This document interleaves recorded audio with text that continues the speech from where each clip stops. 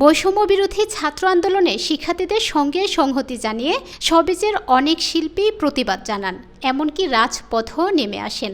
তবে এদের মধ্যে অনেকেই এই আন্দোলনে নীরব ভূমিকা পালন করতে দেখা গেছে, আবার কেউ কেউ দলীয় ট্যাগে ছাত্রদের বিপক্ষে কথা বলেছেন। এই আন্দোলনের মুখে পদত্যাগ করে দেশ ছাড়েন প্রধানমন্ত্রী শেখ হাসিনা। তার পতনের পর তার কৃতকর্মের অনেক কিছুই এখন জনসম্মুখে আসছে। শুধু তাই নয়, তিনি কাদেরকে ছাত্রদের বিরুদ্ধে দাঁড় করিয়েছিলেন সেসব বিষয়ও এখন উঠে আসছে। এর মধ্যে সামাজিক যোগাযোগ মাধ্যমে ভাইরাল হওয়া কিছু স্ক্রিনশটে দেখা গেছে আন্দোলনে ছাত্রদের উপর গরম পানি ঢেলে দিতে বলেছিলেন সবেজের কয়েকজন অভিনেত্রী।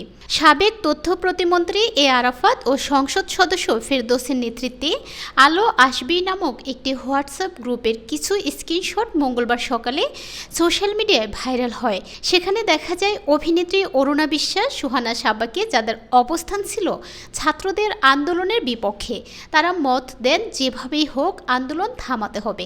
আরেকজন শিল্পী পরামর্শ দেন ছাত্রদের উপর গরম পানি ফেলার।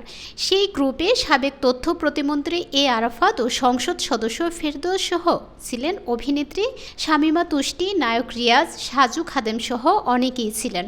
তবে প্রকাশিত স্ক্রিনশটে সক্রিয় ছিলেন অভিনেত্রী সুইটি, সুহানা সাব্বা, অরুণা বিশ্বাস সহ কয়েকজন।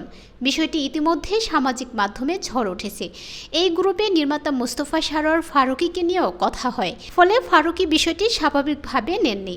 এটিকে মানবতা বিরোধী আখ্যা দিয়ে তিনি সরকারের দৃষ্টি আকর্ষণ করে সামাজিক যোগাযোগ মাধ্যমে এর বিচার চেয়েছেন।